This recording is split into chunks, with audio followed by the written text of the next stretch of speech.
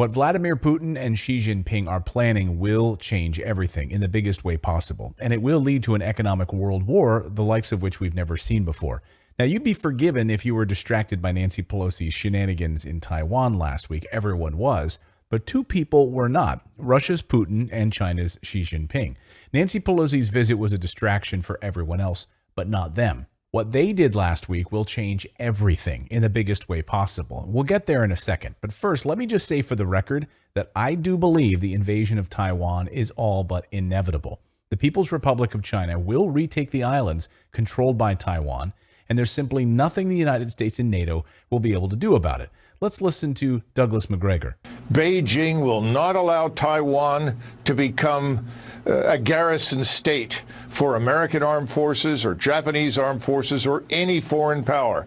And if they think that we are going to ally ourselves with Taiwan, if they think we are going to intervene to defend that island in the event of a dispute, then we will be at war with China for the reasons that I just outlined. And we are not prepared for that. We are grossly overstretched. We don't have the logistical infrastructure. And frankly, there's an old adage that everyone should remember. A ship's a fool to fight a fort. You have to fight China from the sea. We can't win that. China can absorb everything we throw at it. And the Chinese are happy to sit there, let us travel thousands of miles to reach them, and then sink us. It has nothing to do with Nancy Pelosi's visit, although that's a convenient cover story. The real reason that China will fully invade Taiwan is simple. It's about global economic dominance and a full realization of their new Silk Road or Belt and Road Initiative, which is being hampered by the presence of U.S. and NATO warships in the Taiwan Strait. Let me explain. Let's look at the power dynamic laid out at the southern coast of China. All of these islands right at China's doorstep have U.S. military control and influence. First, the Philippines. Now, for decades, the United States ruled over the Philippines because, along with Puerto Rico and Guam, it became a U.S. territory with the signing of the 1898 Treaty of Paris and the defeat of the Filipino forces that were fighting for independence at that same time in the late 1800s. Now, the U.S. only granted the Philippines their independence after it was totally and utterly destroyed in World War II. It became independent in 1946, kind of like, hey, we're done using your island. Here you go. Here's your utterly destroyed islands back. But it's not really independent at all. They are completely reliant on the United States for security as laid out in the 1951 Mutual Defense Treaty. There's a bilateral security alliance in place that allows U.S. military to use up to 6 different military bases in the Philippines for war drills and warships and anything else they want to do in the South China Sea. Then, of course, there's the Japanese islands filled with U.S. military control. And what about Indonesia? Yes, in fact, the U.S. helped Indonesia build a new Navy training center. So we're in Indonesia. What about Malaysia? All right there. You can bet your grandma on this one. The United States Navy has multiple ports of call in Malaysia, including the island of Borneo. So all of these islands are essentially now controlled by the United States and NATO alliances. They control all of the shipping lanes and choke points throughout this entire region. That leaves Taiwan. And if you think for a second that China is going to allow the final shipping lane through Taiwanese waters to be controlled by the United States military, you've got another thing coming. China will take control and reunify Taiwan. And guess what?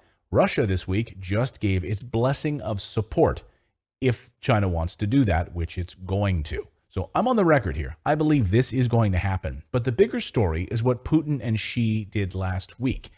To sum it up, they basically solidified their reordering of the unipolar order.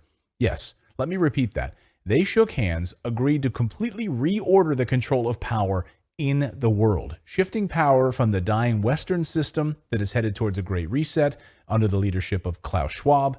Putin literally said this. He said this in his own words about the world neoliberal order. Listen. Не может предложить миру свою модель будущего. Да, конечно, этот золотой миллиард не случайно стал золотым. Добился очень многого. Но не только занял свои такие позиции благодаря каким-то реализованным идеям. В значительной степени он занял свои позиции за счет грабежа других народов. И в Азии, и в Африке. Ну как же, так и было. Индию он сколько грабили. И сегодня элиты этого золотого миллиарда панически боятся, что другие центры мирового развития могут представить свои варианты развития. Но как бы западные и так называемые наднациональные элиты не стремились сохранить существующий порядок вещей, наступает все-таки новая эпоха, новый этап в мировой истории. И только подлинно суверенные государства могут обеспечить высокую динамику роста, стать примером для других в стандартах и качестве жизни людей, в защите традиционных ценностей и высоких гуманистических идеалов, модели развития, в которых человек становится не средством, а высшей целью. Putin and China are preparing for this World Economic Forum-led one world power, and they believe it will collapse under its own failed neoliberal weight. I mean, just look at what's happening in Sri Lanka, in the Netherlands, in Canada, all manner of neoliberal agendas collapsing those countries. Now, what's been missed in all of this is that Russia and China have been much more effective in draining their own swamps of deep state actors. This is very important. Those deep staters that the World Economic Forum rely on to carry out their wishes. The United States, Europe, Australia, Canada, they're all drowning in these deep state rats that run these governments. Putin started in the late 1990s to drain the swamp in Russia, and Western countries are now controlled by the swamp. Big, big difference. And the same thing happened in China, by the way. Now, perhaps the biggest difference of all is that the United States and Europe are moving to a consolidated digital currency that won't be backed by anything. And it won't even be backed by any one specific government. It will be the new liberal world order government that the World Health Organization has talked about. It won't be backed by gold. It won't be backed by silver. It won't be backed by fossil fuels. Not anything. Nothing. Simply the neoliberal power dynamic backed by the military strength. How sustainable is that? Gold and silver, precious metals, have sustained for over 4,000 years. They've helped dynasties build and sustain on the backs of precious commodities. That's how it works. And China and Russia have been buying up and hoarding as much gold and silver as they can get their hands on and firming up their country's currencies, while Democrats in the United States are trying to combat inflation by printing even more money. Yes, that's right. The new Inflation Reduction Act is simply printing billions of dollars that we don't have. So I'm going to ask you this then. Which solution do you think makes more sense?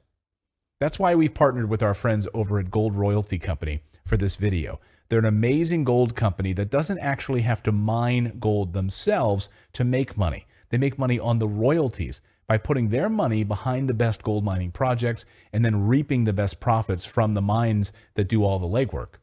Here is their stock ticker right here on the screen. It is ticker GROY, GROY, and you can invest in them directly using any of the major exchanges. You should do your own due diligence, as I have done on this company. I'll have a link below so you can learn more about GROY and how they operate and what types of projects they are working on right now to extract gold from the ground. Now, I love investing in companies like this because this is where the world order is moving, guys. It's moving quickly away from government fiat currencies and instead back to gold, silver, and commodities. Russia and China know this, and they are stockpiling gold. They've been doing it for years. Another huge piece of this story that's been lost, and frankly, no one's even talking about it, even though President Biden was just in Saudi Arabia a few weeks ago. The whole major piece of this missing story is Middle East, which is filled with precious minerals. And Saudi Arabia is moving closer to joining Russia and China as part of this new world order among the BRICS nations. Now, if that happens, they'd have to, first of all, change the name of BRICS, which is Brazil, Russia, India, China, South Africa. I guess they could stick another S on the end of it for Saudi Arabia, so it would be pronounced BRICS with an extra X. But anyway, Russia and China just made huge investments in Saudi Arabia. Guys, if you're not paying attention, you're going to be left out in the cold, especially if your retirement money is invested in U.S. government currency. So Biden goes to Saudi Arabia in order to firm up a friendship there, which is incredibly fractured and falling apart before our eyes. And Russia and China are saying, hey, we're over here building rail infrastructure and shipping lane infrastructure, and come join us. Won't you like to be a part of the BRICS nations? Imagine when that happens, guys. So investing in a company like Gold Royalty Company is a hedge against this coming Western collapse. Just take a look at the map here. You can see all of the projects that they're currently involved with all the way across the United States. Take a look at the map. You can see Canada, South America.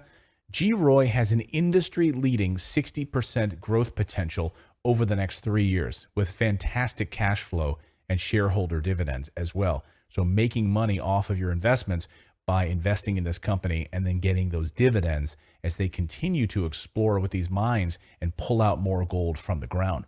Another reason we've partnered with G. Roy on this video is because of where we see price targets for an ounce of gold heading over the next year or 2 years, towards $2,500 an ounce. Now, as this economic World War III looks inevitable, we are going to see a massive collapse in the stock market. Gold, by the way, is immune to this. It's also immune to collapsing government currencies. So investing your money right now in gold companies and gold bullion, in my opinion, is a fantastic way to protect your family's wealth. Now, I'm not a financial advisor. I'm just telling you what I see and what I do with my family. Now, I love that gold and precious metals have a lot of upside as far as appreciation goes. Don't get me wrong. I love to buy gold at $1,500 an ounce and then have it rocket to $2,500 an ounce, or to buy a stock in a company like Gold Royalty Company for $2.92 a share, which is what it's trading at right now as of this publication, and then watch it skyrocket over the next year up to $4, $5, $6 a share. That's all great, right? That's all great. But I'm all about protecting my family and making sure that I own assets that are a hedge against inflation and a hedge against these morons in Brussels and Washington that are driving governments into the ground. Again, check out G. Roy. We'll have a link in the description below. Go and do your own due diligence on gold companies like Gold Royalty Company that are doing amazing work, and protect your family's assets. I cannot say it enough here on this show, guys. I've been warning you for over a year now. Protect your family's assets from what is about to unfold. We'll see you next time.